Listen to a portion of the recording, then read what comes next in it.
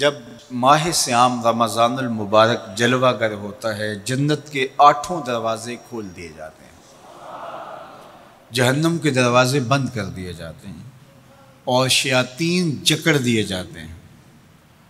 اللہ جل شانہ اس موسم رحمت میں خاص عنایات اپنے بندوں پہ فرماتا ہے۔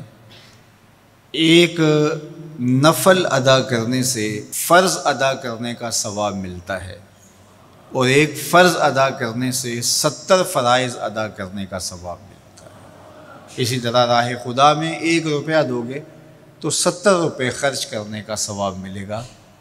اسی طرح باقی نیکیاں بھی جتنی بھی ہم کرتے ہیں، وہ ایک نیکی کریں گے تو 70 گنا اجر ماہ صیام میں ہمیں نصیب ہوتا ہے۔ اس لیے اہل ایمان کا یہ طریقہ ہے کہ وہ اس مہینے میں کثرت کے ساتھ تلاوت کرتے ہیں، کیونکہ ایک مرتبہ اگر قرآن مجید پڑھ لیا تو 70 مرتبہ قرآن مجید پڑھنے کا ثواب نصیب ہوا۔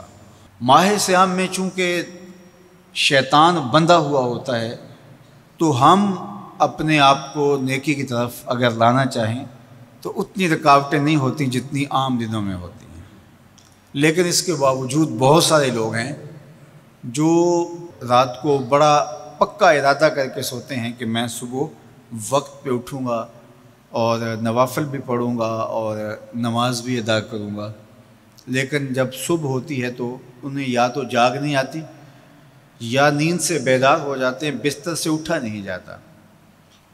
جبکہ وہی شخص انہوں نے صبح سبزی منڈی جانا ہو تو چھلانگ لگا کے اٹھتے ہیں اور سبزی منڈی پہنچتے بھی ہیں۔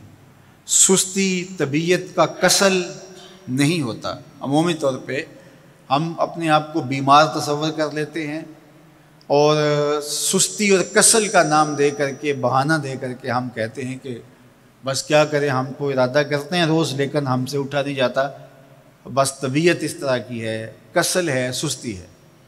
یہ بات ذہن میں رکھیے گا کہ ارادہ کرنے کے باوجود بھی صبح جب ہم اٹھ نہیں پاتے یا کوئی بھی نیکی کا کام ہم کرنے کا ارادہ کرتے ہیں تو ارادہ کرنے کے باوجود ارادہ ہی رہ جاتا ہے، ہم کر نہیں پاتے، تو اس کا سبب یہ ہوتا ہے کہ بہت سارے ہم گناہ کر چکے ہیں اور ان گناہوں کی وجہ سے ہم نیکی کی توفیق نہیں پاتے۔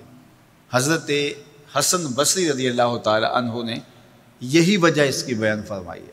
تو اس کا بہترین طریقہ یہ ہے کہ توبہ کی جائے، اور توبہ بھی سچے دل سے کی جائے، رو رو کے اللہ سے گناہوں کی معافی مانگی جائے، اور سچے دل سے جب توبہ کی جائے تو پھر سارے گناہ نہ صرف مٹا دیے جاتے ہیں بلکہ ان کو بدل کے نیکیوں میں تبدیل کر دیا جاتا ہے۔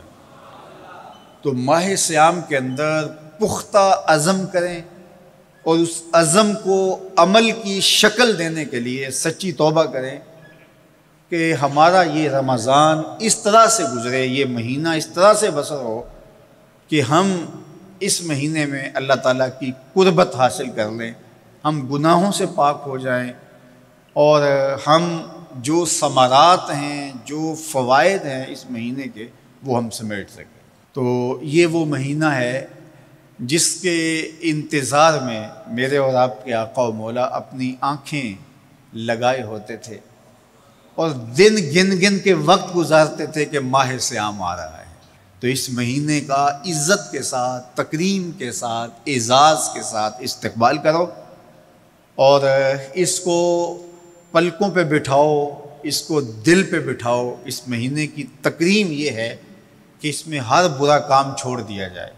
اگر کوئی شخص برا کام نہیں چھوڑتا اور روزے رکھتا ہے تو میرے اور آپ کے آقا و مولا کا ایک فرمان سن لیجئے، من لم یدع قول الزور والعمل بہ فلیس للہ حاجۃ فی ان یدع طعامہ وشرابہ۔ فرمایا کہ جو جھوٹ اور برے کام نہیں چھوڑتا، اس کے بھوکا اور پیاسا رہنے کی اللہ کو کوئی ضرورت نہیں ہے۔ تو روزہ خوراک بچاؤ مہم نہیں ہے جو چلائی جاتی ہے، بلکہ یہ تزکیہ نفس کا موسم ہے، باطن کی صفائی کا موسم ہے۔ اور باطن کی صفائی نہیں ہوتی جب تک ہم کوشش کریں۔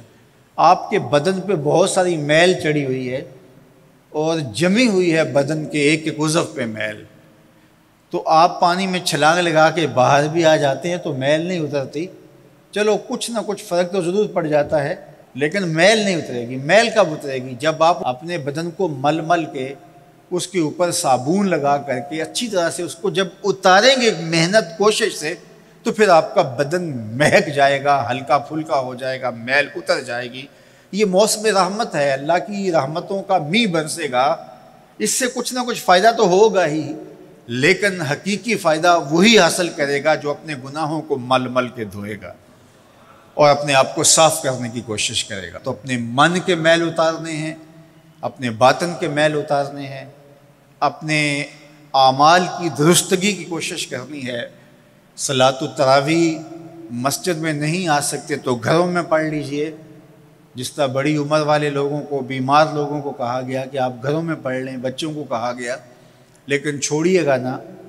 یہ رمضان المبارک کا خاص عمل ہے۔ آج کل دین بیزار طبقہ مختلف جگہوں پہ بیٹھ کے مسجد پر، مدرسے پر، تراویح پر، ان چیزوں پر تبصرہ کر رہا ہے اور اتنا ہلکا ثابت کرنا چاہ رہا ہے ان امور کو، جس طرح یہ چیزیں ہوتی کچھ نہیں ہیں۔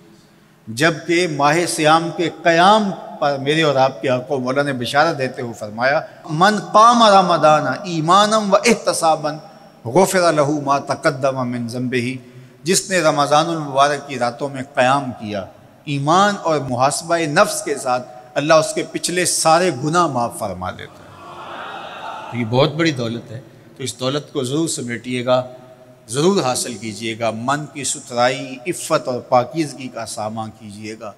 اللہ آپ سب کو اپنی امان میں، اپنی حفاظتوں کے حصار میں رکھے۔